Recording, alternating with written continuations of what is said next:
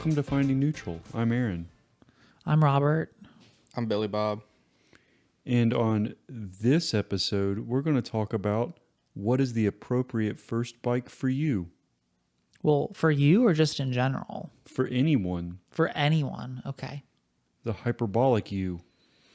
Hyperbole. The other you. Not to be confused with me. Correct. Okay. So on this one, there's been a lot of videos shot about what is the appropriate first motorcycle. And everybody seems to have an opinion. So let's give them our opinion. Because it's the correct opinion. Well, yeah, because we're going to find neutral. So I would say peak attributes for a first bike. I think that, and we're talking new or used? All. Yes. Well, I'm going to say that your first bike should be a used bike. Why? Because you're going to crash it, or drop it. Why can't it be a new bike that's cheap? I mean, it could be if that's what you're looking for, but I think that you can get more for your money if you buy used.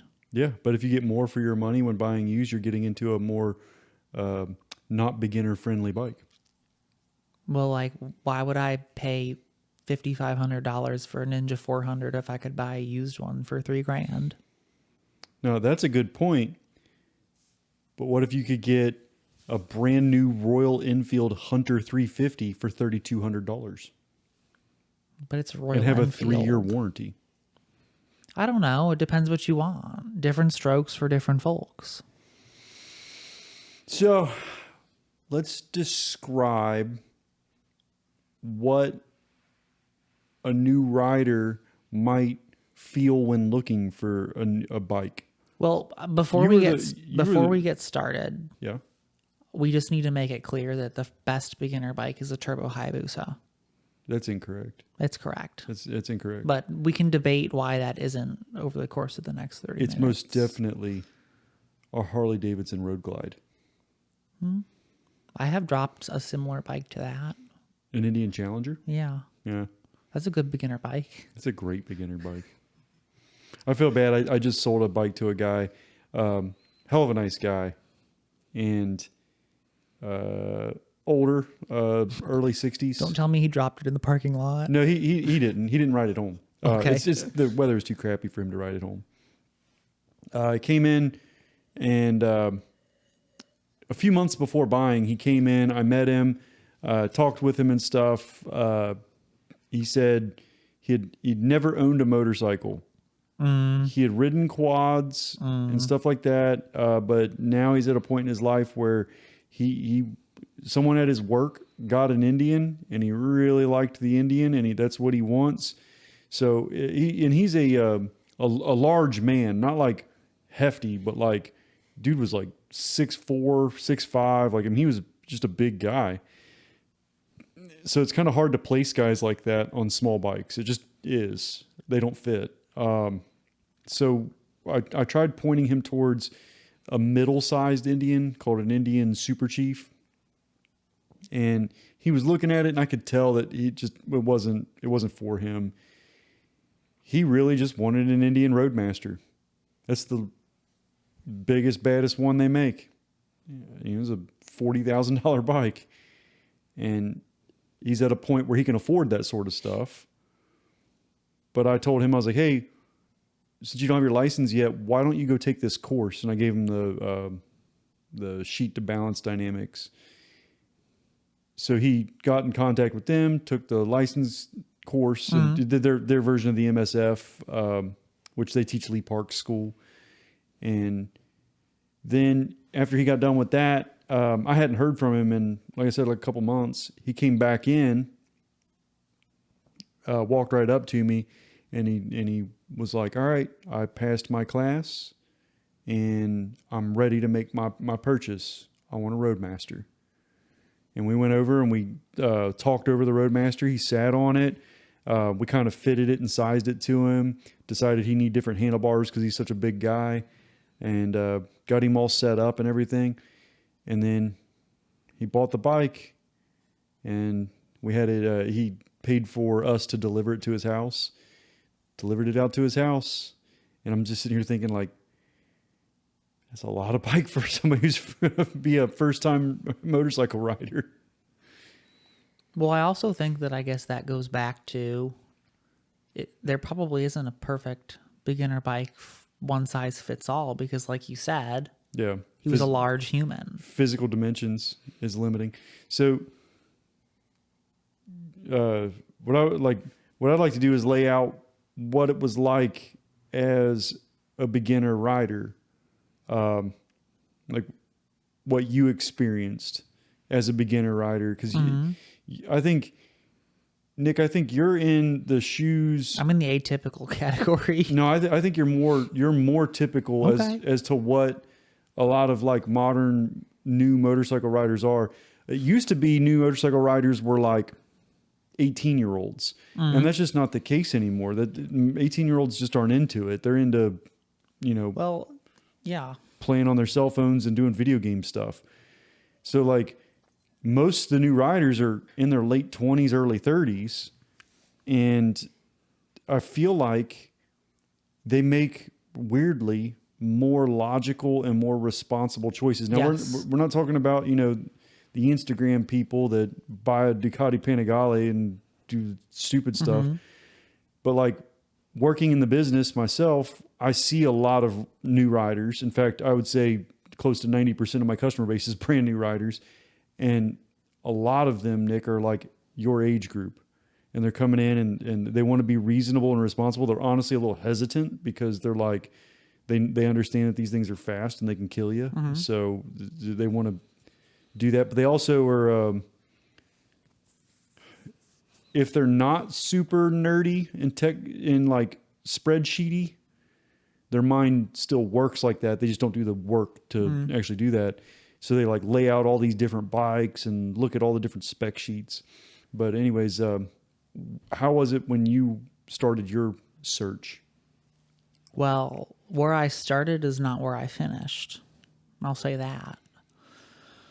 So where it started would probably have been like the single cylinder 400 class. Well, let's take it back, walk it back a step. What even made you think of motorcycles? So what made me think of motorcycles was at the time, I think I was 29. I live with me, myself, and I. And I thought that based on like the type of driving, because at the time I was working from home. So like the store was 3 miles away. The gym was a mile away. I thought, if I'm just like transporting myself, this could be very economical. It's not very economical. No. So like that was where the idea popped into my mind. And then, you think, oh, like who do I know that knows anything about motorcycles? Like to bounce these ideas off of. So you find somebody. So you went to like a peer, like Yes. someone that you knew through life From one of my- that rode motorcycles. So it was one of my coworkers that worked for Honda when I worked there. So I just knew that he rode motorcycles. So I kind of was like, oh yeah, like I'm thinking about getting a motorcycle. What do you like recommend? And I want to say he kind of asked me like, what am I interested in? Like motorcycle wise. And then, I kind of explained, I was looking at the time, like I thought that those Husqvarna 401s were neat little creatures. And he was like, well, that's a nice one. But he kind of thought that it would be good to start, but I'd probably get bored of it pretty quickly. I think that's a common, I don't want to say misconception, because I think, A lot of people like that's more than enough for what you need. well, and a lot of people, Yeah. there are a lot of people who I would say do get bored with them. So, but I think the boredom is misplaced. I think they get bored with them because they they don't understand the proper use case for the Yeah, motorcycle. yeah. And then they don't ever grow any skills on that motorcycle. So they're bored with it because it's not good at like highway speed. Yeah, and like my use case for that wouldn't have been good because like I use my bike on the highway all the time. So probably was smart. But then I don't know specifically. I was looking for used because I've always been like a used car person. I just feel like there's better value there. So he kind of asked me like, what am I looking for? And I thought like sport bike, obviously. Like, you know, I want to be cool, don't I? So I think that's when he proposed like the 600 class. I don't think he had ever owned a 600. He had a Jigstar 1000 at the time. So I kind of like started looking around at those and toying around with it. And then I want to say, so first thought of motorcycle was about like October of 2022. And then January of 2023, it was like a random Saturday. And I was like, oh, like I'm just going to go to a bunch of dealerships and like sit on some of these things. So I went to Beachmont Motorsports, I think. Are you familiar with them? Yeah. And I want to say I sat on like a MT-03 or 7 or both when I was there. Yeah, they're a Yamaha dealer. I think they do a couple of Yeah. a couple lines of Japanese stuff. And then I went to, I think it's now technically United Motorsports on Fairfield. Yeah, they do at that store they do Yamaha, Suzuki, And I want to say, and KTM. yeah, I sat on an RC390. I sat on a GSXR 600 that was new.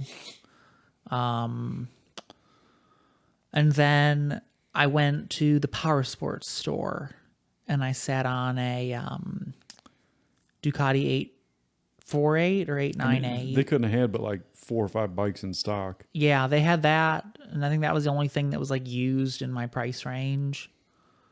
And then I was like, oh, I could see how good my health insurance is on this thing. Because those are very aggressive. Yeah, they're very like aggressive. more So, aggressive than anything that I own now.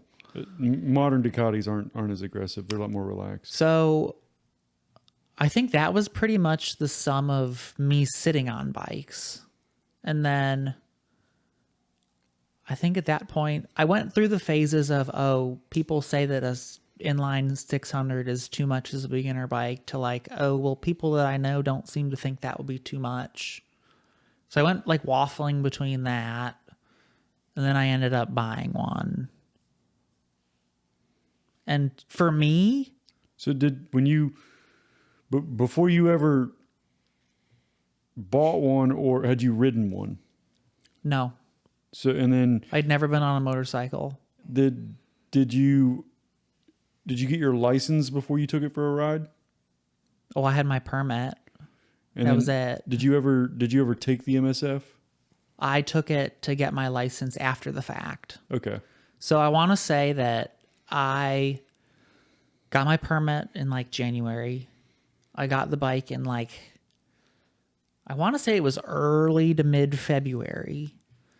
And then I just kind of was like, I'm not going to wait until the end of March was when the first available course was. I'm like, I'm not just going to let this sit in my garage for that long. So I got on it and I lived. And I would say I was like proficient to the point where I felt like taking that actual course was kind of a waste of my time. I want to say I probably did 300 to 400 miles before I took that course. No, just for the listener's sake, you knew how to drive manual transmission cars. I did. Before getting on a bike. But I had never been on anything on two wheels or like quads or anything like that. Well, at least you had clutch concept and everything Yes, like that. yes, So you yes. knew how to operate a manual transmission. And that's what I was concerned about. I was concerned like, okay, yes, I know how to drive a manual car, But like doing the clutching with your hand, It's that a little was different. kind of like a different thing. But you still understood it, so you understood Yes. how to do it. And then you just had to get to like develop the muscle memory and everything like that. Yeah. So, and I mean, I personally am glad that that was the choice that I made in bike because I still have it to this day. I mean, I think that the difference was I knew is that it was something not necessarily beginner friendly, so I treated it very respectfully. And I think that that's the dividing factor between, for a new rider, what is appropriate versus what is not. It's more about you as a human. I think it's maturity. Yeah. Maturity, aptitude that can go into it. And, for somebody that doesn't know what their aptitude would be, I would say then they need to consider starting on a small capacity. But someone that's like, if they understand their aptitude for it, they're like, all right, I really feel like I can handle a motorcycle. And I mean, being realistic with yourself, it's still, in my opinion, good to start on a smaller board. Yeah. But I am a big fan of the 650 starter, Yeah, I think so. Like that's a good one. the I SV agree. 650, because where we were talking about Or like a Ninja 650. a who? A Ninja. No. That parallel twin it's fine. It's fine. It's just not good. Sounds subjective. No, it's objective. You can ask anybody. Well, I would cancel that motorcycle whole rider. product line, but It's that's just me. Yeah, I would too. It's had its time. The Versus 650 is a great bike, but that motor's had its time. But what we were talking about with new riders starting on something that's like an appropriate new rider bike, like a 300 whatever or a 300 class bike, something around 30 horsepower to 40 horsepower, in that kind of category, them getting bored of it in X amount of time. Some people say, oh, you'll get bored of it in the first month. Some people say, oh, you'll get bored of it after a year. Where the 650 is That's good forever. polite enough that you can learn with it without it being overbearing. And most 650s have a linear torque curve where it's predictable, unlike a 600 that has a parabolic torque curve that jumps to the moon after $9,000 and has nothing before $9,000. So that's a little bit unpredictable for a beginner rider. Well, that's why, like, when I had mine, I don't think I went over 8 and change for the first 3 or 4 months. But see, that's one reason that I say a 600 can be good Yeah. for a new rider. Just stay below, Yeah. Stay below the power band. You stay Yep. below that 8 or Yep. 9,000 threshold, and the thing's just a puppy dog. It's just Yeah, it's just very approachable. very gentle. Where the 650 has more lower end power than your 600, but it's just very linear and predictable and easy for access for a new rider. But then on the other side of it, you don't get bored of it. It's a bike that you can live with forever, quite literally. Like you have every experienced rider I've ever met loves an SV650. They're awesome motorcycles. So it's one of those things that I'm a big fan of the SV650. I'm a big fan of that as a starter bike. And then like what you were talking about, used, how cheap can you buy an SV650 for? Chap. And we're talking like $1,500 cheap. Even when they're hammered, they still run. But as a new rider, I feel like I was hesitant buying something used because I'm like, well, if I don't know what I'm buying, how do I know if it's not a piece of trash? And that's another problem for new riders is while you're new to not only riding itself, you're new to the machine. Yes. So you don't know what to Yeah. look for on the machine as far as wear items and Yep. how to tell if the thing's been abused. Yep. That's when it's good to grab like your peer, your friend, or buy used from a Someone who dealer. knows- yeah, I bought used from a dealer. Yep. So, but it's interesting conversation because this was just this past Thursday at work. I reached out to a coworker for some work-related thing, and it was a guy who used to work on the team that I'm responsible for. And he, at the end, made a comment, oh, like, you're the guy who in, like, your organizational announcement said, like, you rode motorcycles. So like when I started at this company, there was a picture of me on a bike because that's what I'm interested in outside of work. And I said, yeah. And he said that I want to say a month and a half ago got his first motorcycle. And it was a Triumph, like 400X Scrambler. Scrambler. Yeah. He lives down in Miami, Florida. And we had a whole conversation about motorcycles. So there's somebody who that was what he picked as his first bike. And I would say that probably is a pretty appropriate first motorcycle. Oh, it's a great first bike. Because how much horsepower do those have? We'll Like call it 40. 40? Yeah. Yeah. Call it 40. And like he said, you know, like they don't really have any like curves or whatnot in the Miami area. And he said like the dangerous thing there is that Miami drivers are terrible. Yeah. It's a good But- commuter. It's an upright Yeah. bike. Yeah. And if it's the Scrambler X, it like has some off-roadish looks And that's specifically- kind of off-road yeah. chops. He said that he liked the concept that it kind of was like off-road light Yep. per se. Yep. So it's like if he found like a Yeah, gravel and dirt dirt roads road and or something stuff. like Yeah, that, he could go yeah. explore it Yeah. and everything. So it'd be a good bike for that. And it's what's nice about the 400 class bike. While a lot of funny enough, like retiree old riders, you know, guys 60 plus are into the 400 class bikes, is because they're super lightweight, they're small, so they're like easy to maneuver around, and they don't take up much room in the garage. So you're seeing a lot of guys that went through the full arc of motorcycling, start on something small, grow and grow and grow till you reach the, you know, the pinnacle, the whatever 1000cc or the Road Glide or whatever the pinnacle is for you. And then they start coming back down on the other side of the arc where they get back into smaller and smaller bikes just because they're not looking for these like big overland, huge touring things or bikes that can do 200 mile an hour. They just want to toot around their own town, and that's about all they want to get into. And it's kind of crazy how that, you know, that's the typical story arc of a motorcycle rider. Yeah. Now, It's like a full circle. it is. It comes back around. Travis, Yeah. Tell us about your thoughts. Travis, just because I know pretty well where Travis had started. It's a little atypical, but Well, Travis is also a little person. he is a little person. Tell just a quick synopsis, like what makes your intro into motorcycles a little bit atypical. Well, I had experience in riding two wheels. I started in dirt, but I didn't Two-wheelers? I never really kept riding dirt bikes. I rode them for a little while I was young, and then I quit riding them.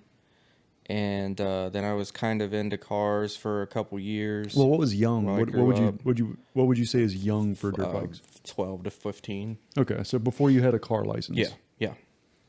Yeah, I was riding power Riding sports stuff dirty. before then. And then didn't have anything for a while up until, gosh, I was probably mid-20s is when I started getting back into it.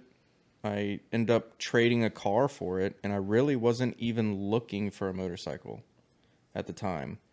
I was just Craigslist swapping stuff around as a West Sider would do. Yeah, you're a gypsy. And the guy just was like, hey, do you want to trade for a motorcycle? And he sent me a picture of it, and I was like, you know what? Why Does it not? work? I did have a friend that rode, and he had just gotten a bike for himself not too long ago. So I was kind of like, oh, well, you know, that would be kind of cool, actually. I could ride around town and, you know, buzz around with him. And he is not the kind of rider like we are. He's just a kind of a, I guess, more typical rider like you'd expect. He had a Harley Iron Duke or Duke? Iron 883. Or Iron 883, that's it, yeah. He had An one of Iron those. Super Duke And 1290. so it was kind of different because I was like going to do that. And then I just rode to work a little bit with it and stuff. And I didn't really get into the riding we do now until you started at my work. So what was that first bike?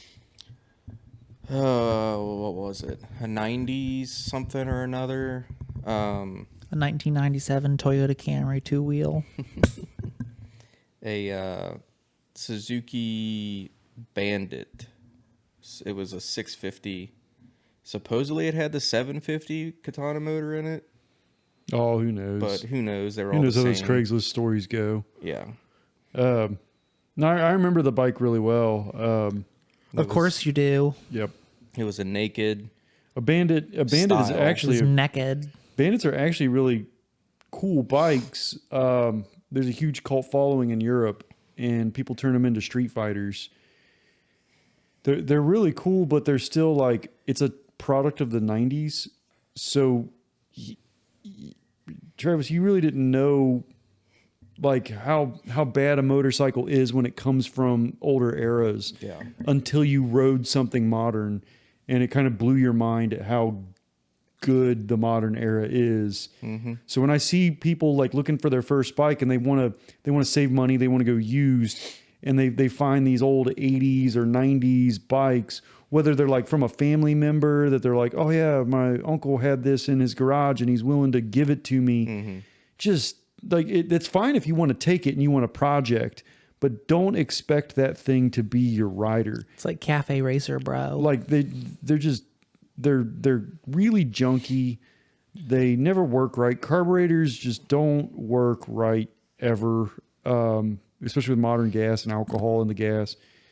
They're just not any good. And for a first time rider, you have so much of your mental capacity and concentration on how to ride a motorcycle. You don't need to worry about how to also make the thing run and work, and is this a problem or not. It convolutes everything when you're just trying to ride.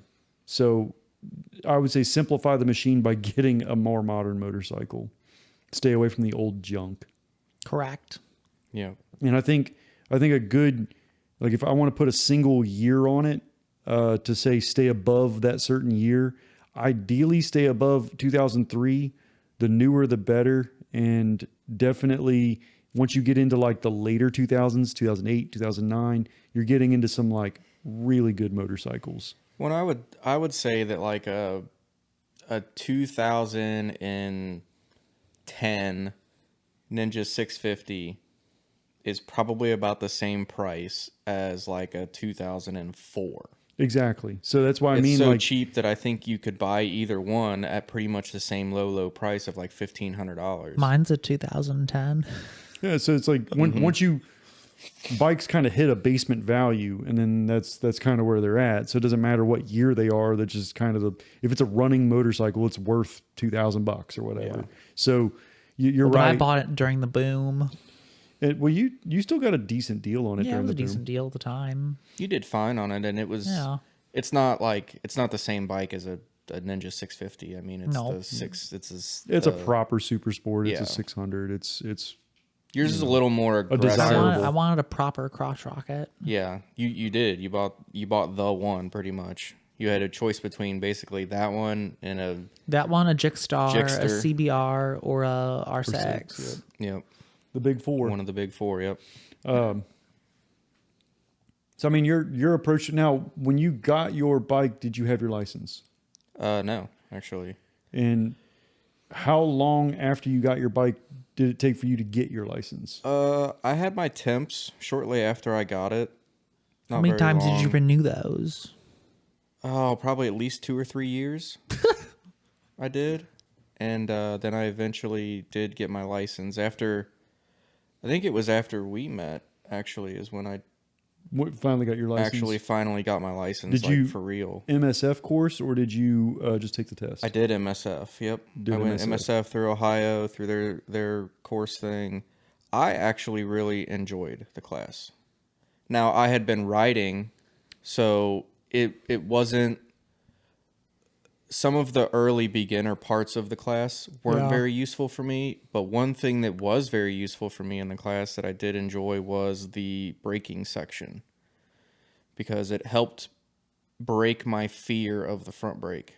Oh. Because I had a bad experience with the front brake on a dirt bike, and so ever since then it kind of scared me. I think that's common amongst people who grew up riding dirt bikes.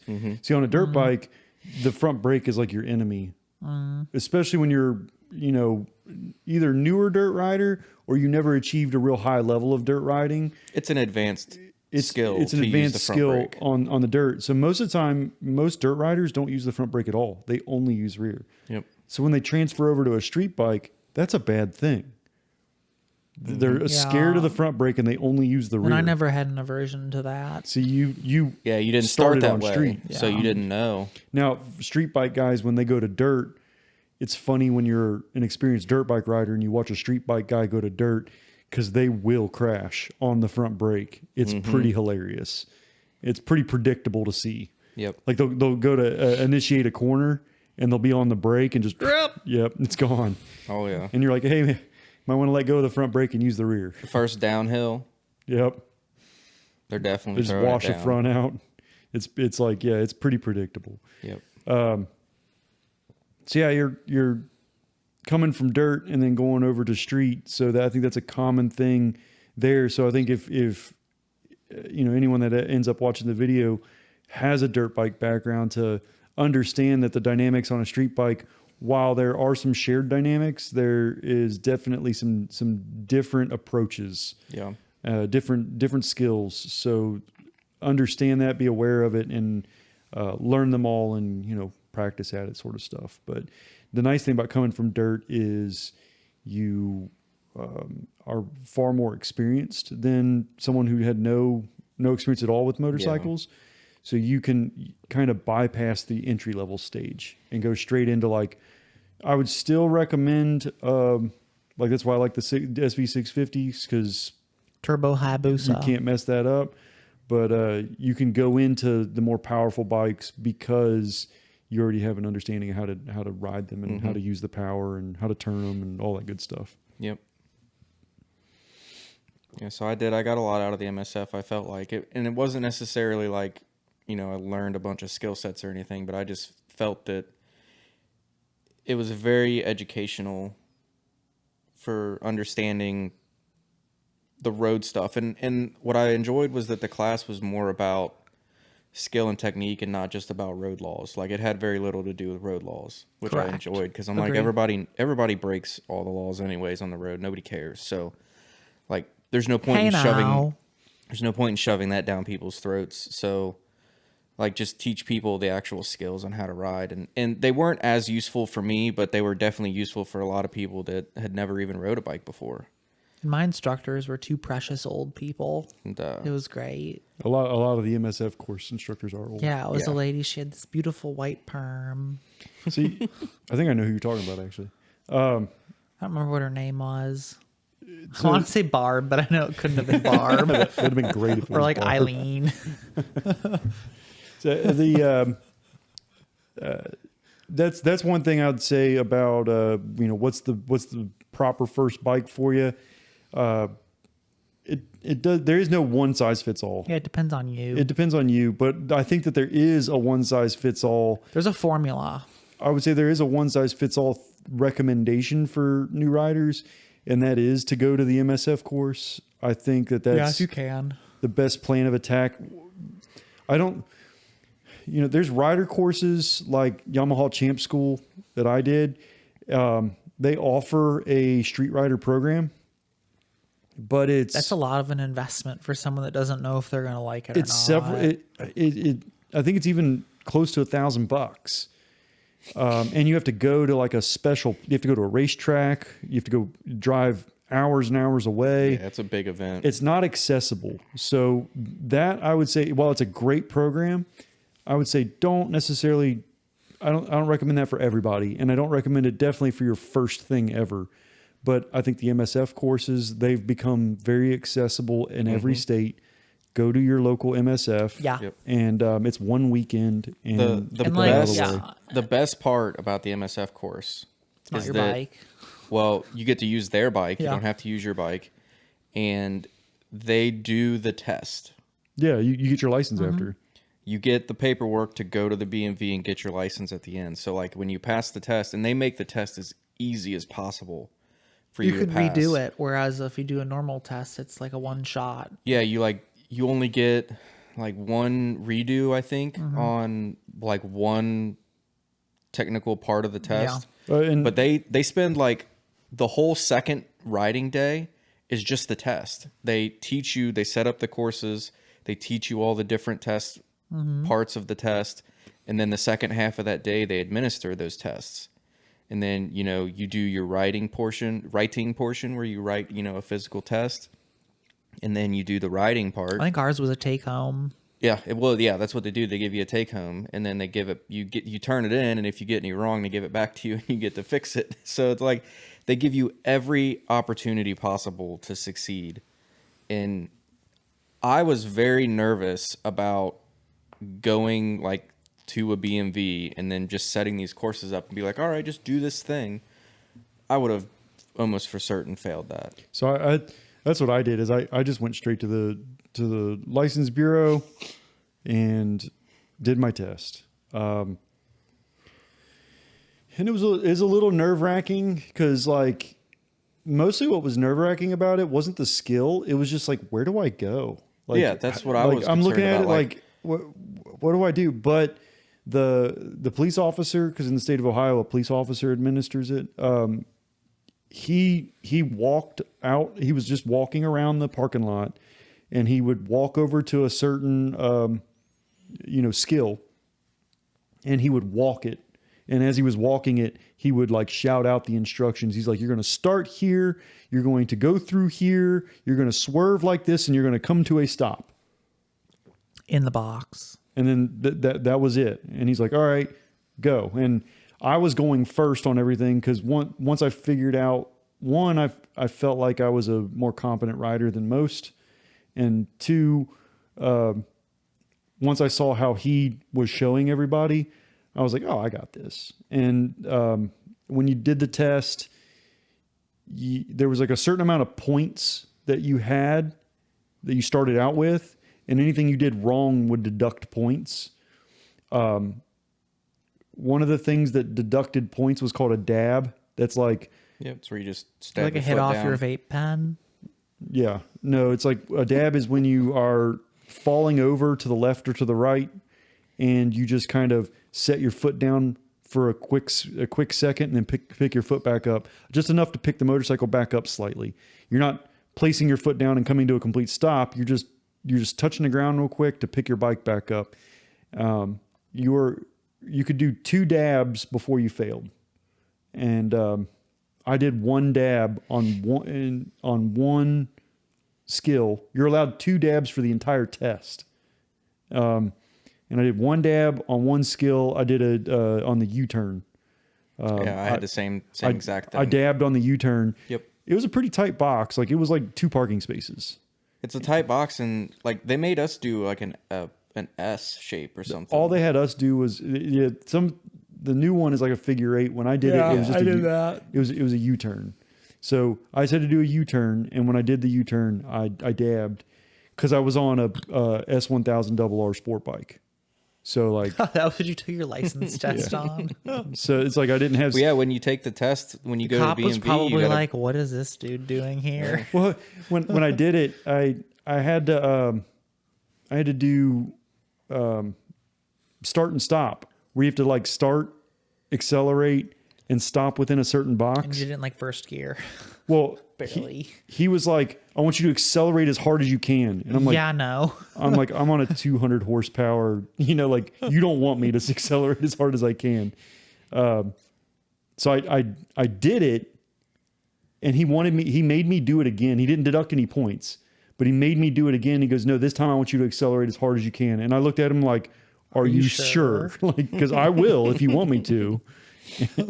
I still didn't go as hard as I could because I was like, dude, these bikes are fast. Like, Yeah, I took an advanced course on my S1000, and it was like, "Oh, we want you to do this." Oh no, it was a total control Lee Parks course. yeah, it was a Lee Parks course. And I'm like, I'm not gonna be shifting here. Like, sorry. Yeah, they do like 98 mile an hour in first gear. Yeah. So you know what we should do? What's that?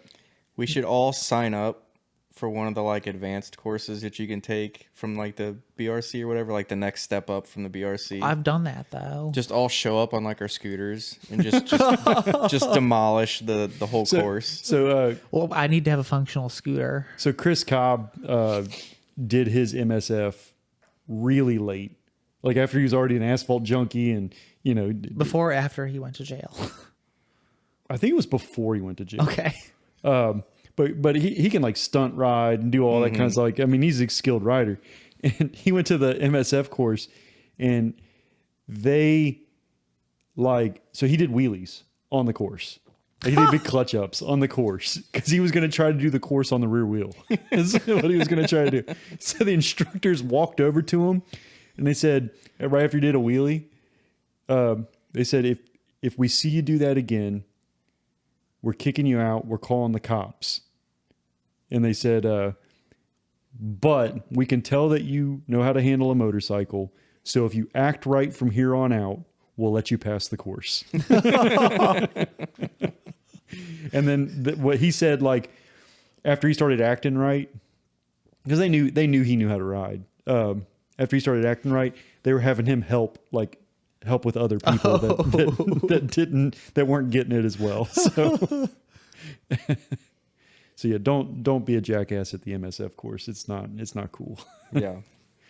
But I think it would be cool to like go to one of these courses. Like I could hook us up with Balance Dynamics and ask them to take their course and like do videos of it. I think they would let us do that.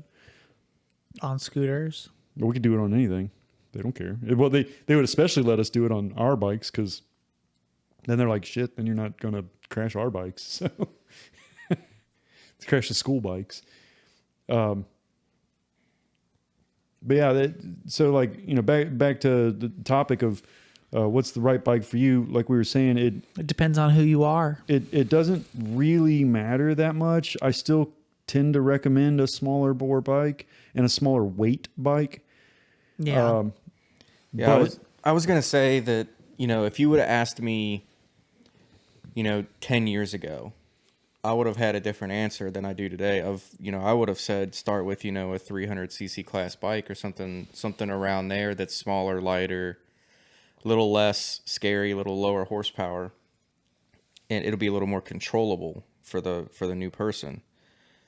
Today, I would say, the 500 to 600cc class bike, as long as it's not like, I don't know that I'd recommend your sport bike for it. like a super sport. Super sport, I would recommend one of the more relaxed, like the Ninja 650, one that's a little more road focused, a little bit less hyper aggressive. Not as high strung. And the reason I say that now is because those bikes are pretty much the same weight as a small bike is. They are. There's really not much difference anymore. And with fuel injection and ride modes and all this technology, they've become just as easy to ride as a smaller bike was 10 years ago.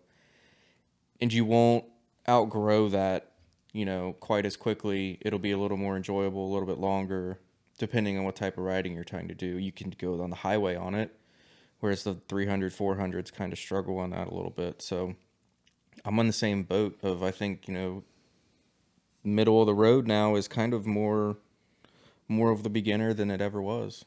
Yeah, I think it's more fitting. Well, now that they all have aids. And I rely The good kind. speaking of the aids, I don't think new riders should Rely on aids. not only rely on it, but they shouldn't think so highly of them. Like I get a lot of Agree. new riders that are shopping for bikes, and the only caveat to that is ABS. ABS is a very functional, Yes. good rider aid that put it this way, it works so well they reduce your insurance rates for having it. They do not reduce your insurance rates for having traction control and ride modes and all these other bullshit things. They reduce it for ABS. ABS is statistically proven to work. The rest of them are not. So and besides, having ride modes on a bike that makes 60 horsepower makes 0 sense. Having traction control on a bike that makes 40 horsepower makes 0 sense. It's just kind of silly to me. So I think it's just increasing the cost of the bikes, to be totally honest. I guess the only place it makes sense is if you're riding your bike in the mud, or if you're riding your bike. I guess rain would make for a use case for traction control on any horsepower. I think rain mode is useful, and in most bikes. But my argument there is some form of a reduced power mode. But it's not necessarily just reduced power, but it's heightened ABS and traction control and reduced sensitivity. So it increases their sensitivity. Well, of the controls. Yeah, Your well, throttle, the throttle, it dumbs it down. Yeah. So, I have trouble with it because most new riders, and when I say most, I think I can effectively say like well into the 90 percentile don't ride in the rain and are Well, I don't kinda choose to deathly ride in the scared of rain rain. either. But Sometimes they don't get to choose though. So I don't want to build a bike and a bike decision based around 1% of your riding. Like I would rather base your riding decision or your motorcycle purchase decision around 99% of your riding. Yeah. So don't like hyper focus on rider aids and stuff like that. But ABS is a great quality, and I do think that is something to consider is a bike with ABS. If you could afford to have aids, then you might as well. But don't usually they come with it. if you get a really especially the category that we're talking about. If the bike is less than like 4 or 5 years old, it probably has all that. Probably has all that. They all have aids. Yeah, but for the person that to lower entry barriers down, for the person with like a $2,000-$2,500 budget, you could get into a 2010, 2011 motorcycle that possibly has ABS. But if it doesn't, that shouldn't stop you. You should absolutely move forward. It doesn't have to have these things. Yeah. You're not going to die without that stuff. Yeah. So I think that's a point I wanted to make on that particular subject, just because all the topic of rider aids, all the AIDS is probably a subject for a future episode. yeah, all the marketing bullcrap on it, I think over exaggerates it. Especially on small bore bikes. Yeah. When you get into like high end super bike kind of stuff, like Nick, you ride an S1000RR, you have 200 horsepower on tap. Rider aids make all the sense in the world. They really do work, and they work phenomenal, and they become very important. But when you're talking small bore stuff, it's just and the quality of the rider aid you get on the small bore stuff is like it's so just bad. Like you don't want poor quality aids. Like the ABS, even on a entry level bike. I don't know if you've only ridden like really high end ABS. Well, no, the People has ABS. Have you felt it? So I remember one time I just wanted to like get into the front brake to see how it worked. And I'm pretty sure that it actually locked up before the ABS activated. Yes, it does. It's that bad. And you'll also find that it triggers, the ABS triggers way too often. Well, no. So I've only ever triggered it like the one time when I just tried to trigger it. And it was like I locked up the front wheel. I'm like, is this not working?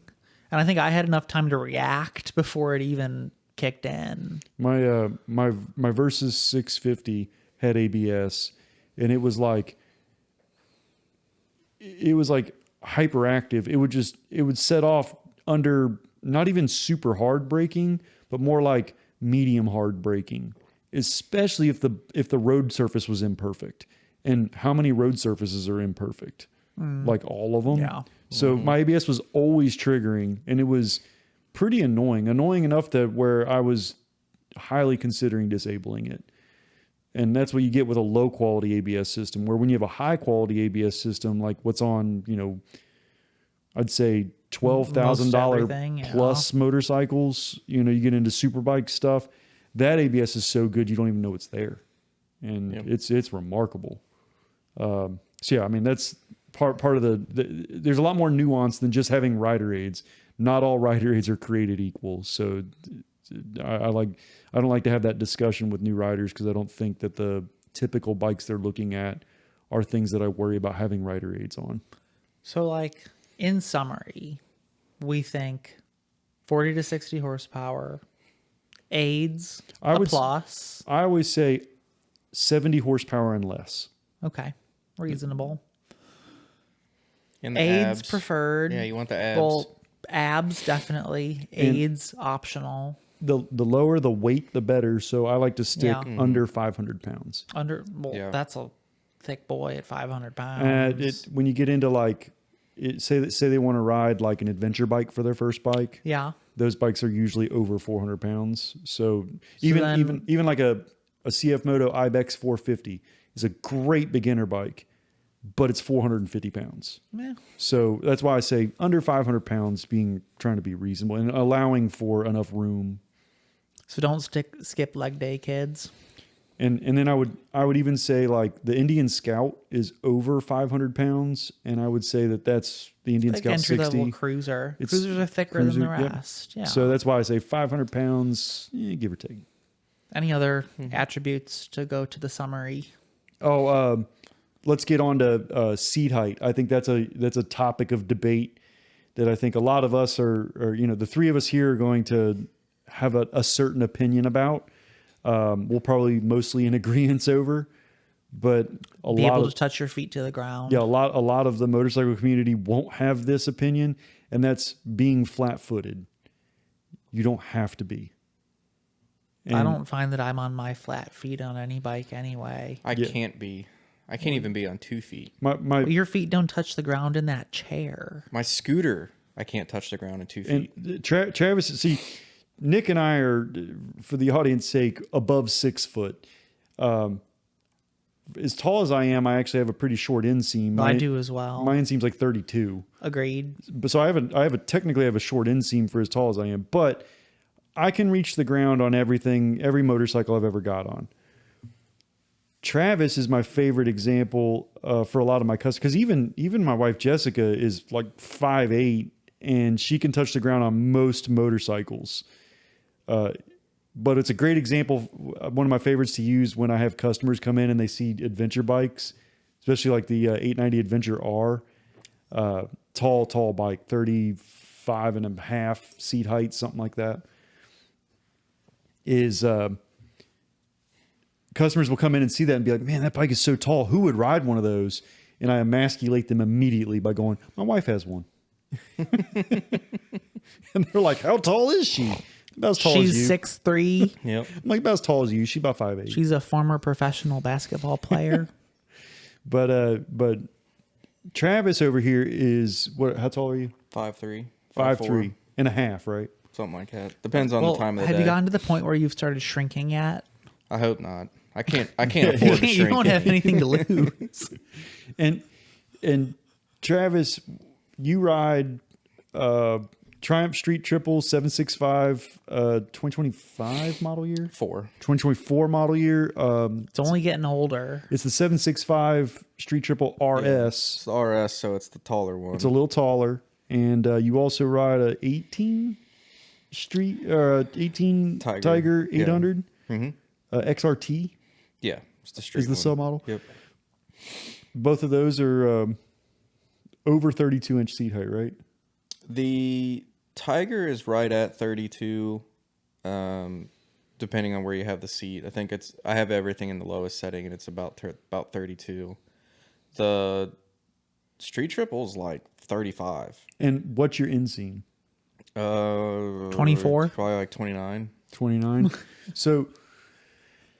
So many people think that not only should you be able to touch the ground, but you should be flat-footed. Are you flat-footed on either of those bikes? I am tippy-toe on 1 foot only on pretty much Well, but both like, bikes. so if you think about it, theoretically, our leg difference is only roughly 3 inches. Yeah, it's not that big of a difference.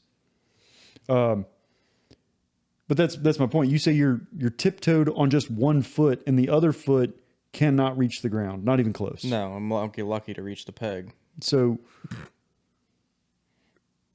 that's the point that I'm making. I think Travis is an extreme example, and I also think that most new riders aren't going to go for, a bike that's that tall for how high. I would not how tall they are. recommend buying a 35-inch seat height as your first bike. No, I would not recommend. Are you that. telling me that the average adult male isn't Travis's height?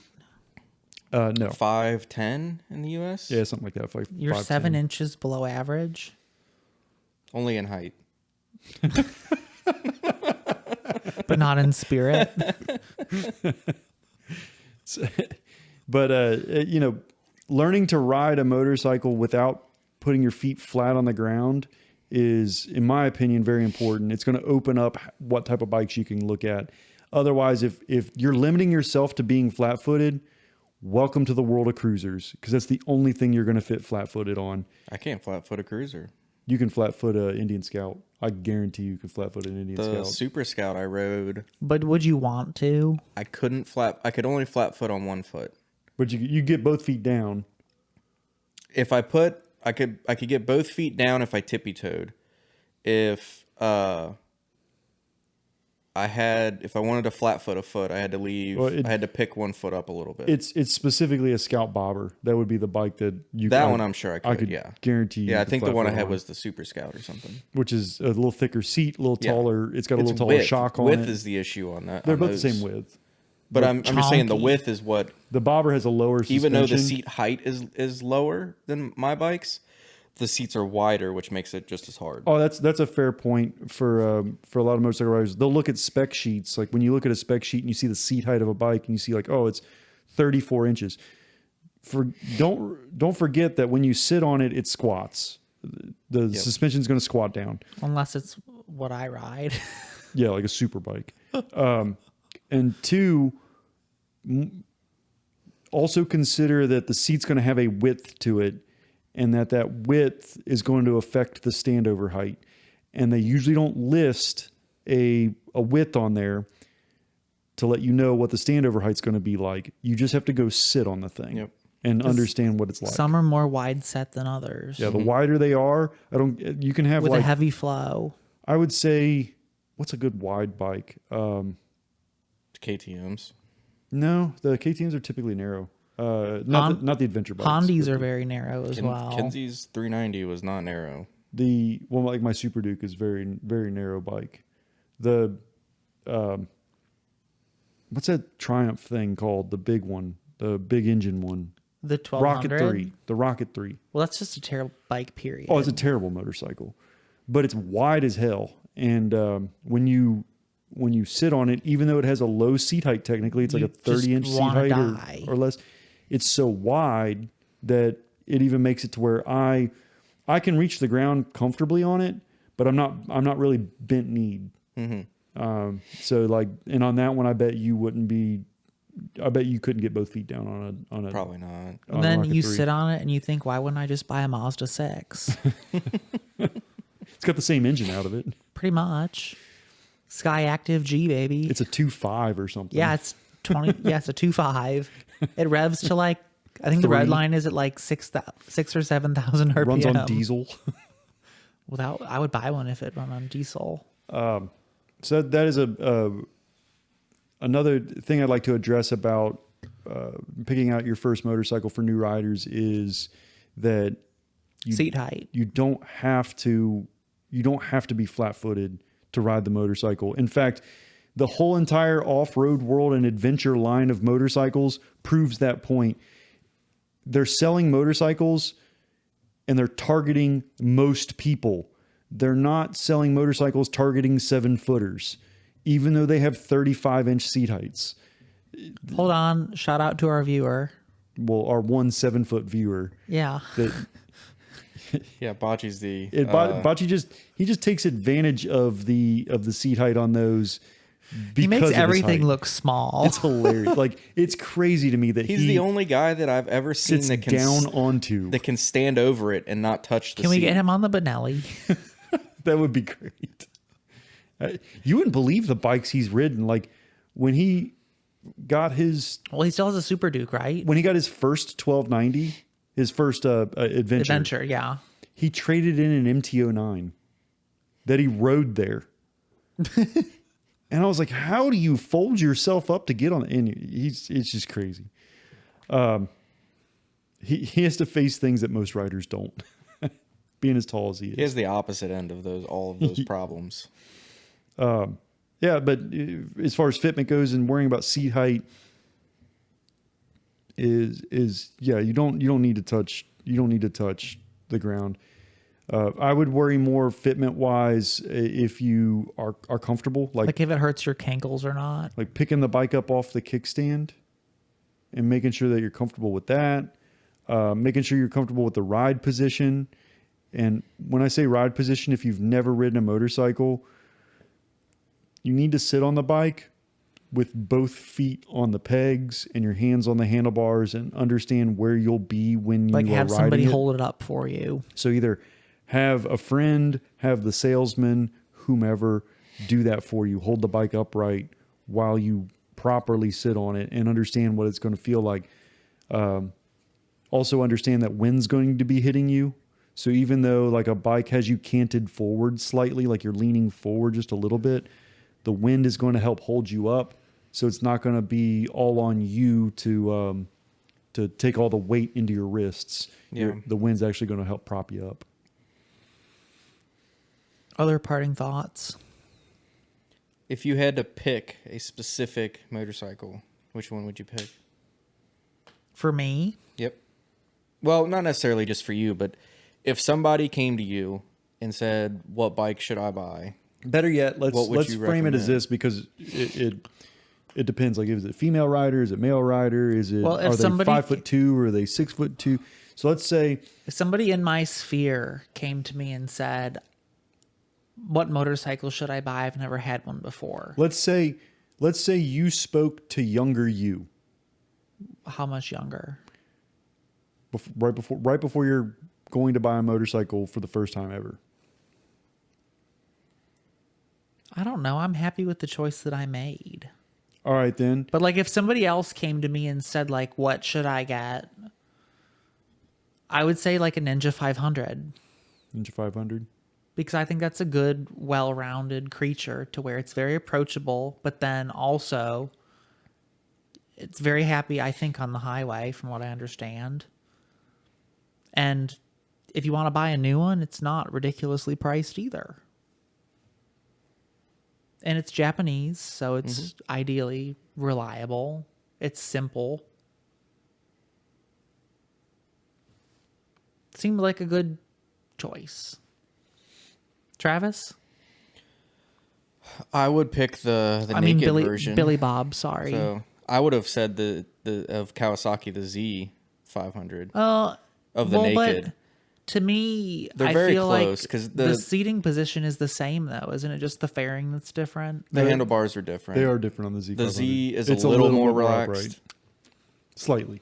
So But just because depends. I'm a I mean, naked guy, naked person, yeah, You're a so naked you're person? a very Yeah. naked person.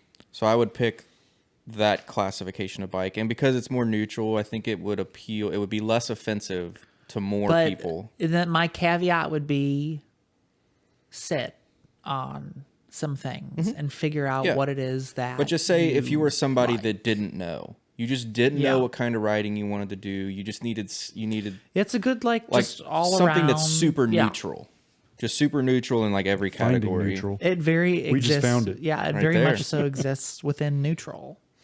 Well, they make it easy to get into neutral on the Kawasaki's. So, KTM salesman, what would you recommend? I actually don't recommend a KTM. No, I don't recommend a KTM for many reasons. Well, they don't have a really good one right now for 390 Duke.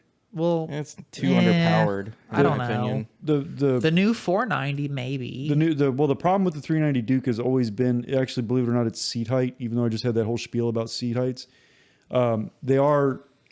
It's a little too tall. It's for a little beginner. too tall for a It's like beginner. in my 34 opinion. inches. I think it should be less than it is. So I don't like that. And KTM's in general are tall. So I tend to because Europeans are tall. well Austrians. no bikes Australians. bikes that handle well are tall. That's why Get those That- pegs off the ground. That bike doesn't handle. that's why it well. that's why that's why super sports have tall seat heights. I don't feel like they're super tall though. Super bikes have tall seat heights. They're like 32 inches. It's considered tall. 32, 33 inches is tall. For a guy that's 6 foot plus height, that's not that tall to you, but for, the average rider, that's a tall seat height. And also consider cruisers are like 27 seat heights. Yeah, those are for fat people. The bike I would recommend, I'd recommend a Japanese product. out of simplicity and reliability. I would as well. I would recommend a Japanese product out of ease of entry, You're going to find a lot of used out of availability. price, too. out of aftermarket support, out of online support. Parts and repairability when you're ready for that so is easy there's for just those too. so much about the Japanese brands that is good, and that's why they're so popular. So I'd recommend all of that. You're also going to find dealers nearby if you aren't comfortable servicing it yourself. There's always a Japanese product dealer near you. They're always very easy and simple to service too. That too, yeah. So I would recommend a Japanese product. Pick your flavor: Honda, Kawasaki, Suzuki, Yamaha. And when it comes to my favorite recommendation, the SV650, I don't recommend a new one. They still make new ones. They canceled them finally this year. So the SV650 and the Nissan then- Altima died this year. Then they brought the SV650 back as a new model. Crossover, yeah. It's a crossover. It's called, what is it called? The SV650 GX? I don't remember what they're calling it, remember. but it's something like a SV650 GX or something like that. Anyways, I refuse to acknowledge that. the reason I don't recommend a new SV650, because there's still probably new ones on sales floors, is there's a billion used ones out there. Don't pay a new price for a bike Yep. you can go get a couple years old for half the price. That, like in the beginning, I said you're either going to drop or crash. Yep. When it's literally the same bike. It's literally the same bike. Just go buy a used one, save yourself a few $1,000, and you'll be much happier. I like the cafe one. I don't buy the Cafe as your first one. And on that bombshell, back to the studio. Back to the tent.